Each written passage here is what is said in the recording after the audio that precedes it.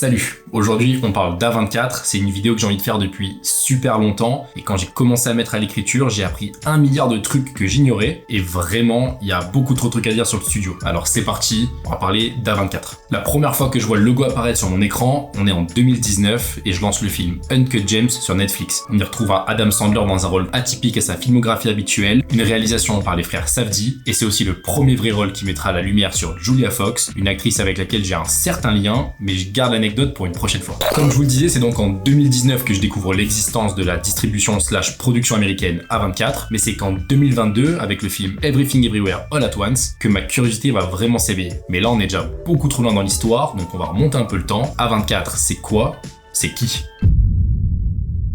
Fondée en 2012, A24 c'est une société de distribution puis de production américaine basée à New York et ses fondateurs sont respectivement Daniel Katz, un ancien financier de chez Guggenheim Partners, c'est une société d'investissement et de financement où il dirigeait justement la division chargée du financement de films. On a ensuite David Finkel, anciennement fondateur d'Oscilloscope en 2006, une autre compagnie de films indépendante mais que David quittera seulement 6 ans après en 2012 pour cofonder A24. Et pour finir, John Hodges qui a été chargé de la production et du développement de la société Big Beach Film.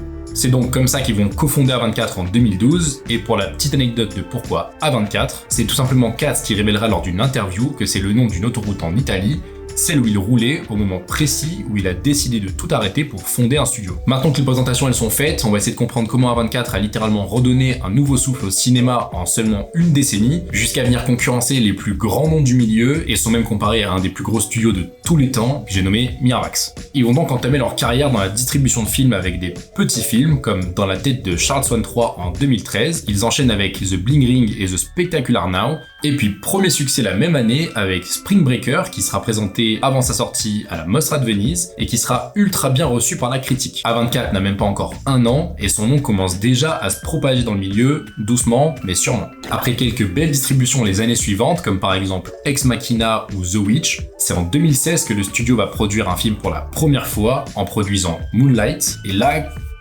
comment vous dire? For Best Picture, La La Land.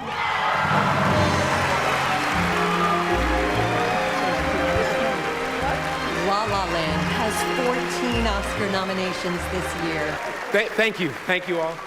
Thank you to the Academy. Thank you to Lionsgate. Guys, I'm sorry. No, there's a mistake.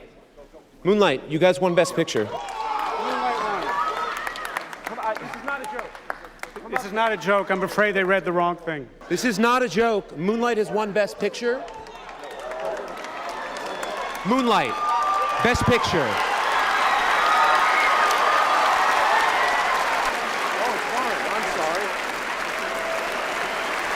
Guys,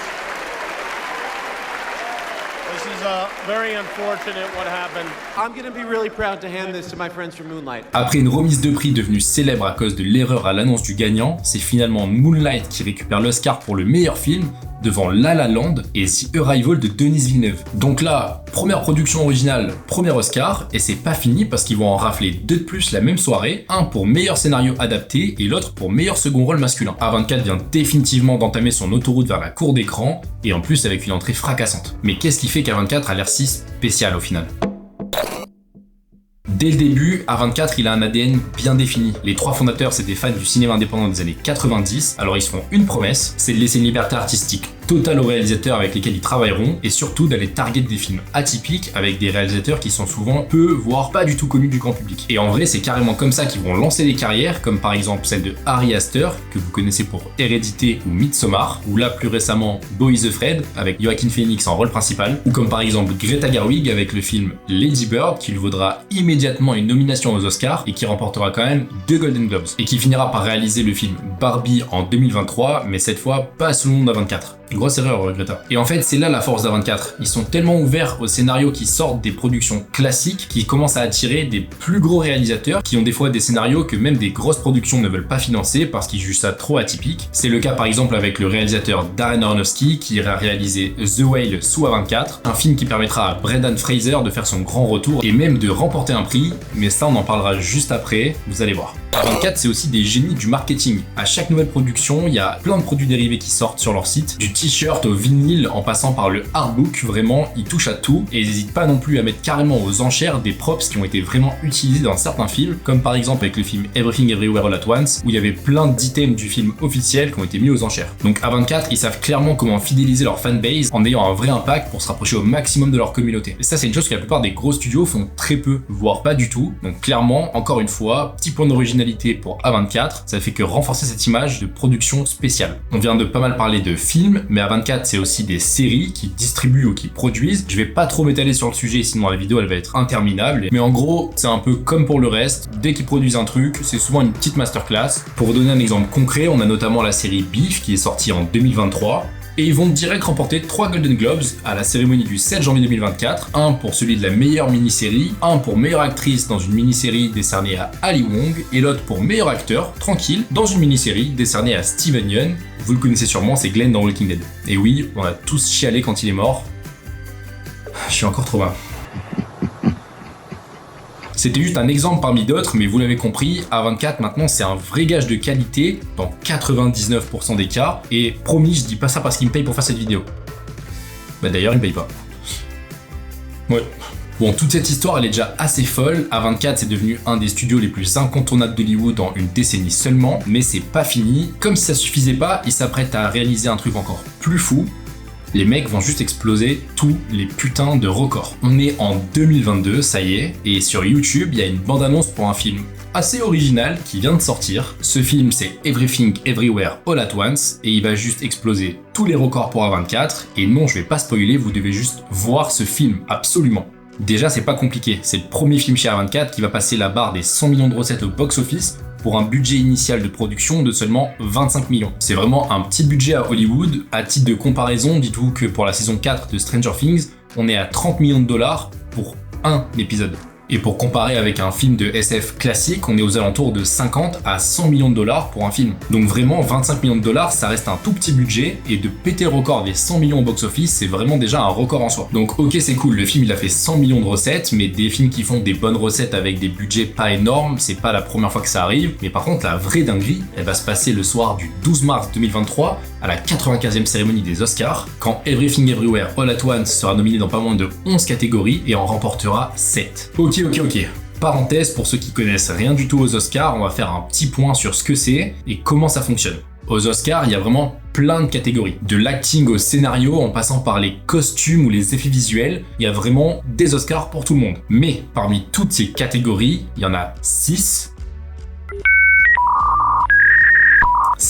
qui sont vraiment les plus prestigieuses, tant elles peuvent te faire rentrer dans la légende si tu gagnes un Oscar dans cette catégorie-là. Donc dans ces 6 catégories, on a respectivement la meilleure actrice, le meilleur acteur, la meilleure actrice dans un second rôle, le meilleur acteur dans un second rôle, l'Oscar du meilleur réalisateur, et bien évidemment le Graal ultime, l'Oscar du meilleur film. Donc c'est bon, comme ça tout le monde a les infos, j'espère que vous suivez. Everything Everywhere All At Once, il arrive avec 11 nominations, et sur les 11 nominations, il va déjà rafler 7 Oscars, dont 5 dans 6 des meilleures catégories les plus prestigieuses. Donc 7 Oscars, c'est déjà un record en soi pour A24 et le film Everything Everywhere All At Once, mais c'est pas fini. Et j'ai l'impression de dire ça à chaque fois que je dis un truc sur A24. C'est fou. En comptant les 7 Oscars qu'il vient de recevoir, le film va par la suite recevoir plus de 165 récompenses, toutes cérémonies confondues, parmi les plus prestigieuses de la planète. Toutes ces récompenses feront de Everything Everywhere All At Once le film le plus récompensé de l'histoire du cinéma. Ce petit film de seulement 25 millions de dollars de budget, avec une équipe en plus ultra réduite, vient de détrôner l'ancien détenteur du record de récompenses, le Seigneur des Anneaux.